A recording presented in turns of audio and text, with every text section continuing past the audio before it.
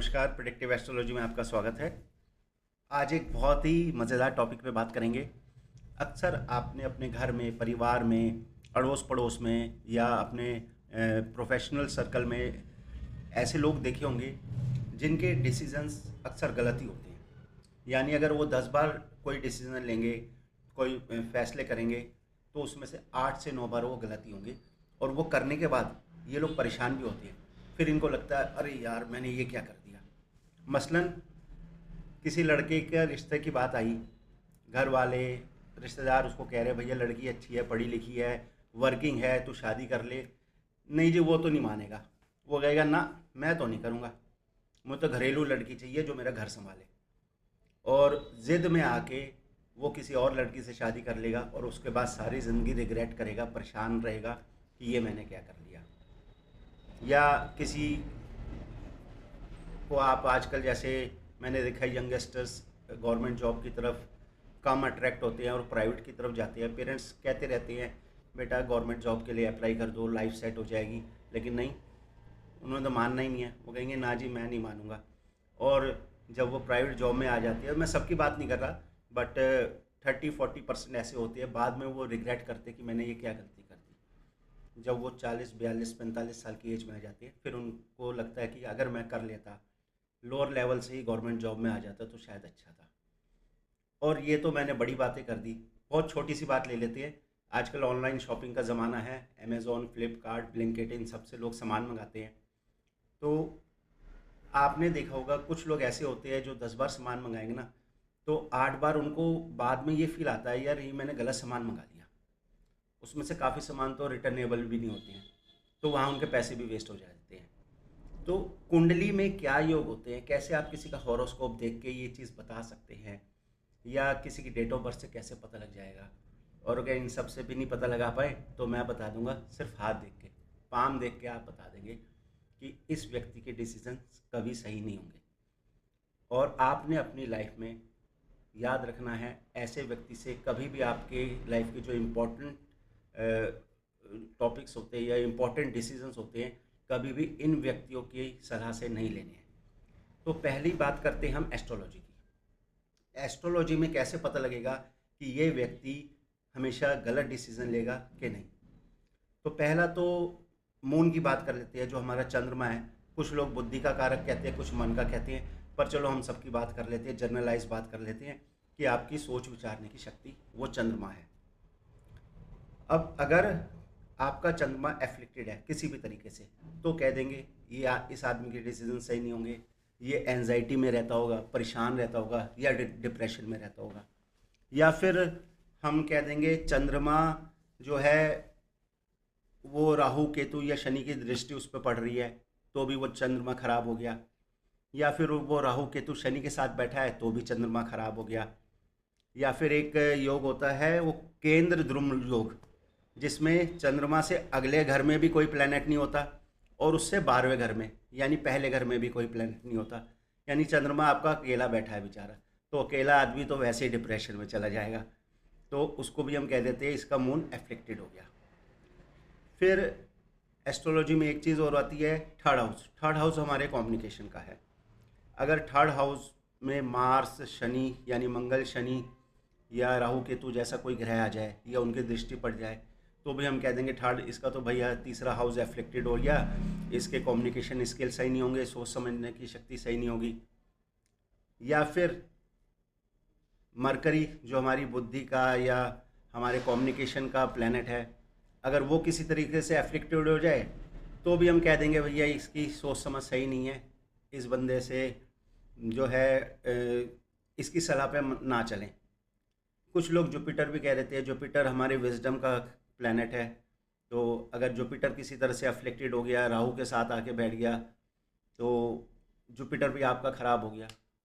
पर माने तो माने क्या, इतने सारे योग हो गए एस्ट्रोलॉजी में। आप किसी की कुंडली देख के किस योग के आधार पर आप मैं कह रहा हूँ 100% ना सही 70% कन्फर्म कर सकते हैं कि इस व्यक्ति के डिसीजन सही नहीं होंगे। तो यहाँ बड़ा एक कंफ्यूजिंग सा सिनेरियो है। इसके लिए फिर आपको अलग अलग वर्गा चार्ट में जाना हो सकता है, बहुत मतलब पता नहीं मुझे कौन से वर्क के चार्ट में ये आप देखेंगे बुद्धि के कि इसकी बुद्धि तेज है कि नहीं है, या डिसीजन मेकिंग सही है कि नहीं है। अच्छा, एक चीज़ और बता दूं, यहाँ बुद्धि तेज या कमज़ोर से मतलब नहीं है, मैं बात कर रहा हूँ डिसीजन मेकिंग की, कि उसकी डिसीजन मेकिंग एबिलिटी कैसी है। कई बार क्या होता है, बहुत बुद्धिमान आदमी भी होता है लेकिन वो लाइफ में सही डिसीजन नहीं ले पाता, जिसकी वजह से उसको फ्यूचर में जाके रिग्रेट करना पड़ता है। अच्छा, अब ये तो हमने करी एस्ट्रोलॉजी की बात। अब अगर हम न्यूमरोलॉजी की बात करें तो न्यूमरोलॉजी में एक ग्रह होता है मंगल ग्रह, जिसका नंबर है 9। तो 9 नंबर जब भी डबल या ट्रिपल या उससे ज़्यादा में चला जाएगा तो हम कहते हैं इसका मंगल खराब हो गया। अब मंगल क्या है? मंगल आपकी एक इनर फोर्स है, पूरी बॉडी की पूरी एनर्जी है आपकी मंगल। अगर वही एनर्जी वीक हो जाएगी, जब वो डिस्टर्ब हो जाएगी, तो भी आप सही डिसीजन नहीं ले पाएंगे।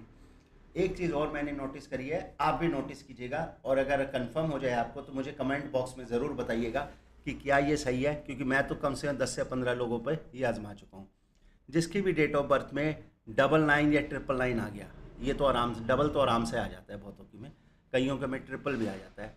तो आप देखेंगे ये लोग ना बहुत ज़्यादा लिखते हैं, कुछ भी बोलने से पहले, सोचने से पहले, किसी से बात करने पहले लिखते रहेंगे और बहुत लेट से डिसीजन लेते हैं।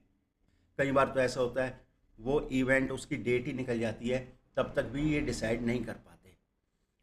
लेकिन ऐसा नहीं है कि इनके डिसीजन गलत होते हैं, ये लेट डिसीजन ज़रूर लेते हैं। अगर इनको आपने अपना टाइम दे दिया ना सोचने विचारने का, तो फिर ये डिसीजन बहुत अच्छा लेंगे। हाँ, अगर जल्दबाजी में आपने इनके ऊपर प्रेशर बना दिया कि नहीं अभी डिसाइड करो, अभी डिसाइड करो, तो हो सकता है इनके डिसीजन गलत हो जाए। बट यहाँ भी क्लैरिटी नहीं आती है।